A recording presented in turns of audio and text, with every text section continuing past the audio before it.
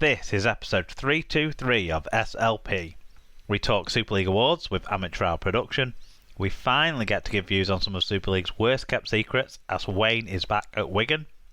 We've two Super League semi-finals with two five-figure crowds, and we make our maybe biasedly informed guesses for the Super League Grand Final. That's our great pal Barry Mack says. Strap yourselves in, kids. It's SLP time.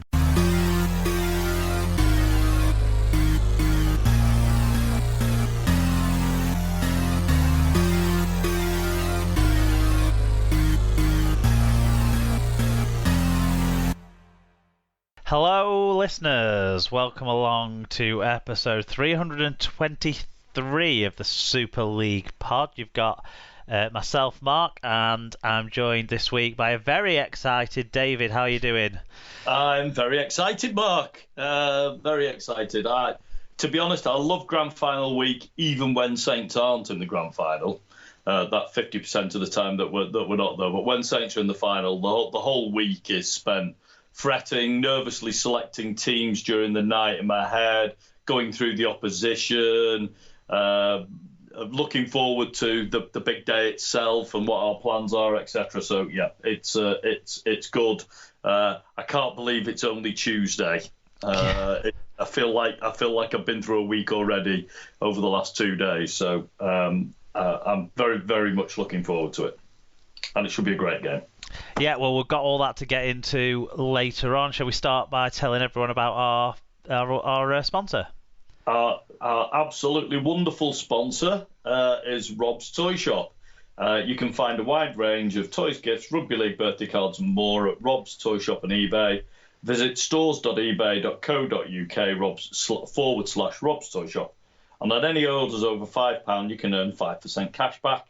And 1% of your order value will go into SLP coffers by putting SLP discount at the checkout. Good stuff. Yep, thanks to them. And as a reward for their fantastic sponsorship, Rob's Toy Shop will be getting a ticket to the Grand Final. It's paid for by their sponsorship. So Perfectly reasonable, Mark. Perfectly reasonable. It all comes back around, I think. There you go. So, yeah, we've got the reason we're doing Tuesday this week is because we're going to talk about the Man of Steel award, the Super League awards that happened on Monday night. So we'll get into that at the top of the news.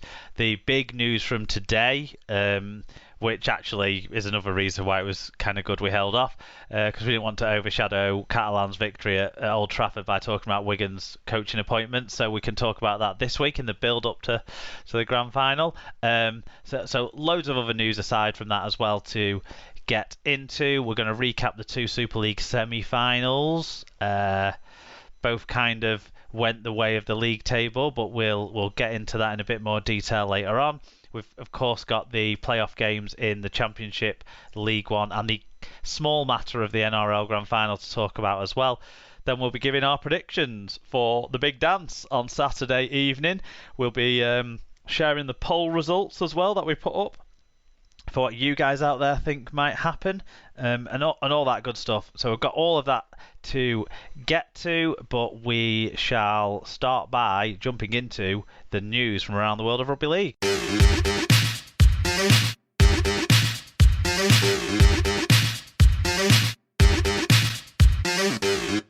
So for the Man of Steel Awards, the Catalan Dragons fullback Sam Tompkins has won the 2021 Steve Prescott Man of Steel Award. Super League's annual awards decided by points accrued on a round-by-round basis across the season. Tompkins joins Paul Sculthorpe and Andy Farrell in winning the award twice, having claimed it in 2012 during his first spell with Wigan Warriors. The 32-year-old will look to cap off a fine season with victory in Saturday's Grand Final against St Helens. He's obviously going to be disappointed, Mark. St Helens and England star Jodie Cunningham was named Woman of Steel. Her Saints side have not lost a match all season, and victory over Leeds Rhinos on Sunday would give them a treble of Challenge Cup, League Leaders' Shield and Grand Final this year. Among the other winners were Leeds Rhinos legend Kevin Sinfield, who won the Loch Lomond Spirit of Super League Award. Sinfield ran 7 marathons in 7 days in December 2020 and raised a remarkable $2.2 million in support of former teammate Rob Burrow, who was living with motor neurone disease. His efforts saw him awarded an OBE in the Queen's Birthday Honours for fundraising and services to Rugby League. The full list of awards was top tackler Joe Shorrock from Wigan Warriors, top try scorer Ken Seo from Salford Red Devils, the Loch Lomond Spirit of Super League Award, the aforementioned Kevin Sinfield OBE. The Young Player of the Year was St Helens' very own Jack Welsby, King Jack. Coach of the Year was Steve McNamara from the Catalan Dragons. The Woman of Steel was Jodie Cunningham, as we've said. And the Steve Prescott Man of Steel was Sam Tompkins from the Catalan Dragons. Yeah, we did get a couple of listener reactions to this. EFC78JU said, even though Gareth Widdop may have played well for the Wire, he still loses out on the Man of Steel as Sam Tompkins has beaten him to it with his outstanding season with Catalans, which will probably end with the main trophy on Saturday. Congratulations, Sam, and best of luck with Catalan Dragons at Old Trafford on the night. At least a St Helens player didn't win it for once, and for all their cabinet is empty this year. He might have forgotten about the Challenge Cup, but never mind. EFC. And the Young Player of the Year. Yeah. And the Woman of Steel. Secondary awards certainly are the things to hang your hat on this year, I think. And Tom Andrews said, Tompkins for Man of Steel, the only winner there could have been, truly worthy. McNamara for Coach of the Year, he said, Tony Smith was robbed. Imagine what he could do with Catalan's budget. To which I would reply, Tom, and say he can win you 3 Challenge Cups and lose 3 Grand Finals if he had Catalan's budget. We've fucking seen that happen. We have, actually. It's not a hypothetical. No, it isn't. It's exactly what happened. Yeah. And in terms of Welsby for Young Player, he said probably worthy, although wonder how close Lewis was in the voting. And what I would say is, did we actually see a shortlist for Young Player of the Year this year? We did. There was one published because I knew Welsby was up for it because of that list, but I honestly can't remember who else was on. I don't recall seeing it, so I'm going to have to look into. Yeah, I think I'm pretty much sure there was. Arthur Morg was on it as well. Yeah, well, he should have been. Yeah, to me, they would have been those 3 would have been in the front runner conversation. Maybe if we were looking a bit sort of further afield, people like Kai Pearce-Paul might have deserved a mention in there, or something like that, but no one really would have topped Morgan Welsby for me. Lewis was good but inconsistent to an extent. Morgan trying to think. Actually, young Gannon at Leeds would have deserved a sort of honourable mention in it, but probably not influential enough with his performances to. Yeah. Did you watch the event, Mark? I assume you did. Yes, I did. Yeah, it wasn't what I was expecting. I didn't expect it to be quite as low rent as last year. I mean, I know you want to mention it, but they have upgraded Brian Carney from his stone wall to having actually a branded background behind him. But that was about as good as it got, wasn't it? It wasn't exactly the Oscars, was it, Mark? It was not exactly. You've got much higher production values than Sky Sports when it comes to Rugby League, quite clearly. Well, we didn't have to have video involved, but yeah, I think when it's being fronted by a man wearing headphones on a not crisp laptop camera, it says to me it's not been delivered to the standard it should have been. No, I think that's pretty low from Sky, and I think it's pretty appalling from Super League to allow the main award ceremony for the year to be presented that way. It's nothing to do with Carney. Of course. To allow the main award ceremony to be presented like that was pretty crap, really. And says a lot about, I think, where we are at the moment. It's a pretty crap run organisation. It's a good job that the players keep turning up and putting out performances on the field. But I think it shows our sport is a fairly low ebb, to be quite honest. If that's the best we can do. I mean, wind the clock back 2 years, there was a fantastic event at the Lowry for the Super League Pod Awards. Not the Super League Pod Awards, the Super League Awards, but I apologise. The Super League Awards. And a fantastic event, hosted really well. I'm not 100% sure how it came across in terms of broadcast because I was at the event and so saw it in person. But it was a really good product, I thought, that night, and I thought it was a sign of progression and things to come, and I thought it's something we can build on here. As time goes on, it might be an event that more people feel more urgency to attend, and yeah, I thoroughly enjoyed it. Last year, understandable.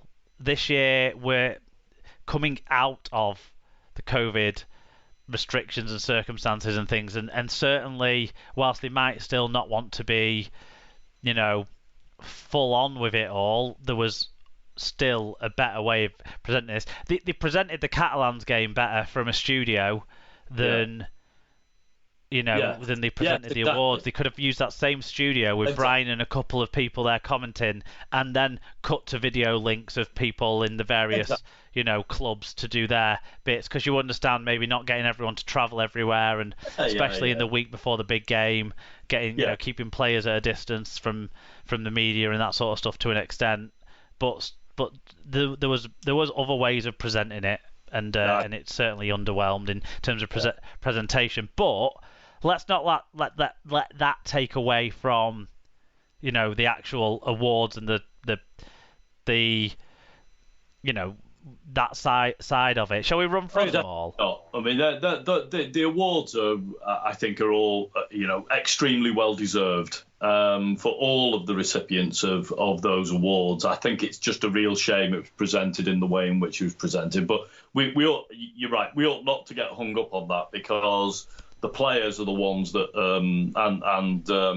the players and the people that work in the industry are the ones that have sort of done us proud.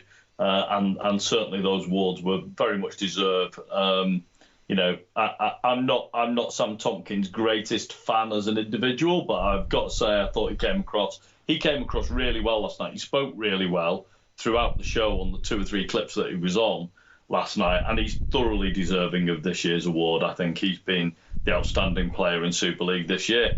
I hope he's not playing in the final, to be quite honest.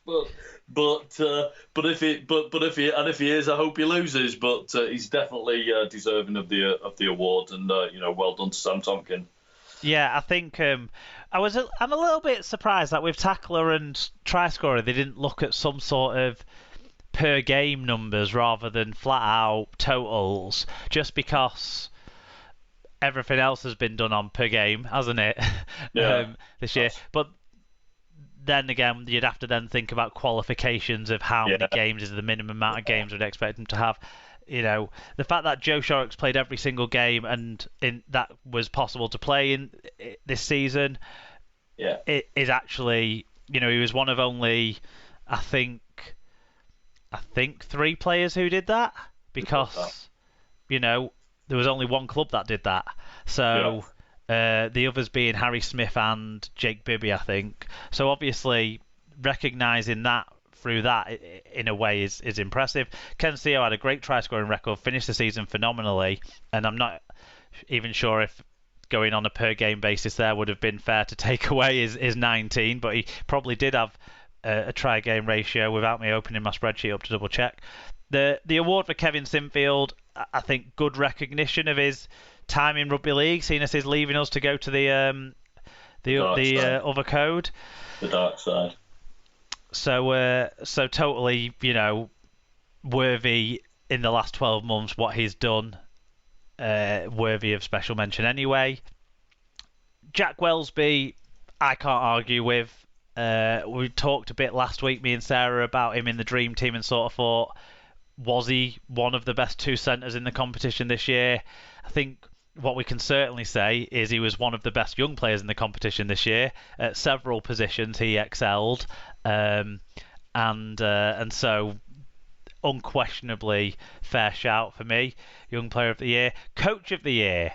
Bit more debate here, isn't there? Because there was arguably 2 genuine front-running contenders in McNamara and Tony Smith, and Yeah. McNamara's taken it. What do you think? Yeah, I mean, I would